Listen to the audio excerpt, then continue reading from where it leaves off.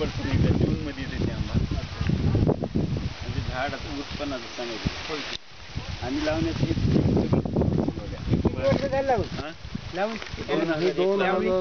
पाणी टाकलं नाही. 12-13 वर्ष पाणी टाकल्या घागरी नसते. 12-13 वर्ष घागरीनच टाकल्या. मधले 3 वर्ष दुष्काळाच्या असल्यामुळं ते पान तापू लागलं. असं जर लावलं 2 वाजता येऊन पोळ लागलं. त्याला फळ धरणार नाही. या वर्षी मार्च पर्यंत पाणी पडल्यामुळे ह्याला लागलं. 31 झाडाला लागले असताना काही मोजा नाही. उन्हाळ्यात पाऊस पडल्यामुळे 46-45च्या उष्णतामानामध्ये ते फळ धरणं झालेलं आहे. बरोबर आहे. त्या सर्वांच्या माहितीसाठी सांगतो थोडंसं की ओळख करून देतो. विठ्ठल सावकार विठ्ठल चंदावा हे इथल्या पांडुर समितीचे उपाध्यक्ष म्हणून काम केले त्या काळामध्ये. म्हणजे खऱ्या अर्थानं नेतृत्व ह्यांचंच होतं इथल्या पांडुर समितीकडे समितीचं. आणि सर्व लोक त्यांना मानायचे. त्याच्यामुळे इथलं काम चांगलं झालं.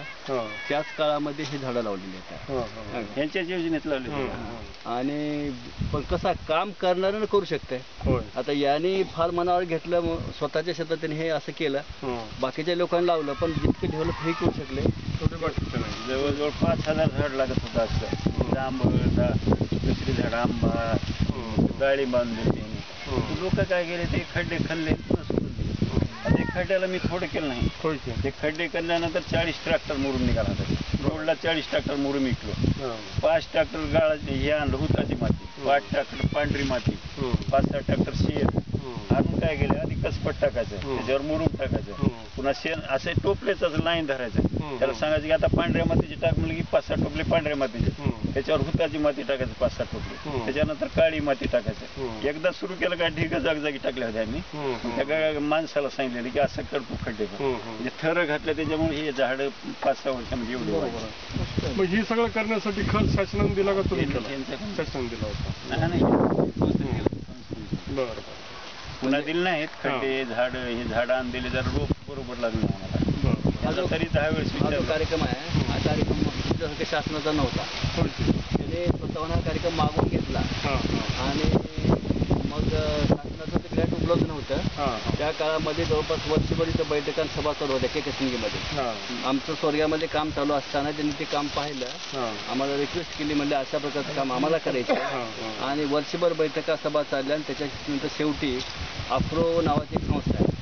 अफ्रोच्या सहकार्यानं आपण त्यांचं टेक्निकल सहाय्य मिळवलं आणि फंड्स पण मिळवले. 45 लाख फंड डेव्हलपमेंट कॉर्पोरेशन. आणि अशा पद्धतीने कामाला सुरुवात केली. आणि तुमच्यापेक्षा वेगळं वैशिष्ट्य असं इथं आहे 16% मतदान केले गावात एकूण कामापैकी. नाही का? म्हणजे या पद्धतीने पैसे भरीत गेले. काही लोक घरून करा, कोणी पैसे भरत. आता आपल्याला आता हे गाव बसल्यापासून कोणी कुठं धोंडा लावला नाही. त्यांनी जाळीची बंधारी करून दिली. जाळीची बंधारी केली तर लोक ठेवलं नाही. ते तोडून जाळ्या तोडून नेले. दगड घातलेले बांध दगड इकून खाली 400 रुपये 400 रुपये ट्रिप करून दगड आणून फळा हे माळाचे. तर ते लोक 400 रुपये झालं म्हणलं की ते. आता आमच्या शेतात बी माझ्या शेतात इथं जाळी बंधारा होता. मजाही तोडली त्या लोकांना. ते 2 रुपये किलो काय ऐकायचं. आपण जन्मभर कवा गाव बसले की कोणी जाळी घालून नाही, कोणी बंधारा घालून नाही ना, हे सुद्धा देखील नाही. त्यांनी केलेलंही ठेवलं नाही. असली आपली वृत्ती आहे. आता तुम्ही तर पैसा खर्च केला नाही. दगड आणले त्यांनी, जाळी बांधले त्यांनी, पैसे खर्च केले त्यांनी, एका संस्थेकडून आणले. तरी बी हे लोक आमच्या इकडे. आमचं म्हणणं होतं की तुम्ही तर केलं नाही. एक गाडीवर गाळ अडकल, शेणकुट अडकल, पाला-पाचोळा अडकल त्या खड्ड्यामध्ये. लोक काय करणार. हे मोठमोठे लोक केले 4-5 लोक असणार. बाकी लोकांनी सहकार्य केलं म्हणून तरी आणि संघटित होऊन काम केलं म्हणून बघा इथं आता जितकं तुम्हाला झाडावर दिसतो ना, नाही का, ह्याच्या 1/4 पोरी चौपट वाढले. तिप्पट ते चौपट वाढलेला वाढले. नाही का? 12 वर्षामध्ये चौपट वाढलेला आहे. हा सर्वात मोठा पांडुरंगाचा फायदा.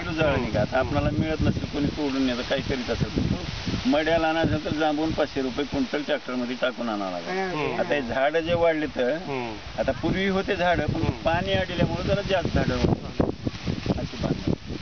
आता यांनी आम्ही मोर्चे काढत होत्या.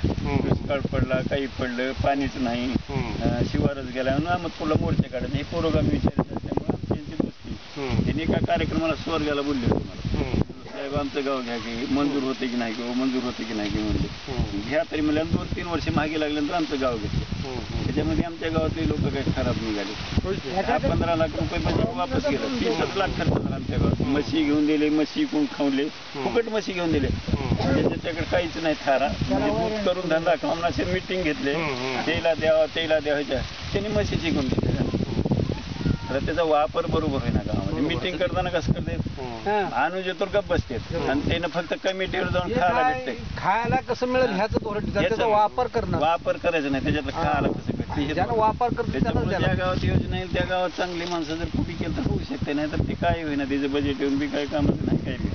आता मी एकट्यानं झाडं केलं सगळी झालं नसते झाड. समितीनं काही ठिकाणी झालेच बरं. चांगली भूमिका घेतली तर पुढे चालतंय. समितीने भूमिका नाही घेतली तर ते खर्च पैसा गावातच राहणार होता. आता आपण शेतकऱ्याला दाखवायला गेलं, आम्हाला काही झाडं लावायचं माहित नाही का, आम्हाला काही खड्डा खोदायचं माहित नाही का, त्यांचं म्हणणं तसं काही आपल्या सगळी इथं चार आमच्या इथं काही शेत नाही का, हे निस्सा काय नाही असं त्यांची. आज देखील आम्ही काही शेतकऱ्यांना चालणार आहे मग आता काय सांगणार आहेत म्हणे झाड कसं लावायचं किंवा आम्हाला काही माहिती नाही. आम्ही रोज तीच करायला ते काय वेगळं करणार आहे. आपला जे बोलला आता त्याला चल म्हणलं तर आपला जाय बाय काय तो हे नाही, ते सगळ्या गावातले तिरुमुख म्हणला. मी सांगतो तुम्हाला इथं काय करायचं कशाला खर्च घालते, गाडीचे खर्च लिहते, जेवायला पैसे लिहते. हे काय करायचं सर, तुम्ही बघा की त्याच्यातलं चूक घ्यायची का सर, तुम्हाला पटलं तर घ्यायचं, नाही ते सोडून द्यायचं. 1% तर मिळेल काय तरी. आता इथे एका दिवशी जांभळं खाले, सगळे पोट खेळाले, भावाला इकायचं नाही जांभळं. आता आले तर महागे आले होते, कमी आले होते. यावर्षी पाऊस मार्च पर्यंत असल्यामुळे लागले. ते पोरं काय म्हणायचं, मला इटू सावकारांना झाडं लावले, ऊन लागलं गड्या आम्हाला पोटभर जांभळं खायला.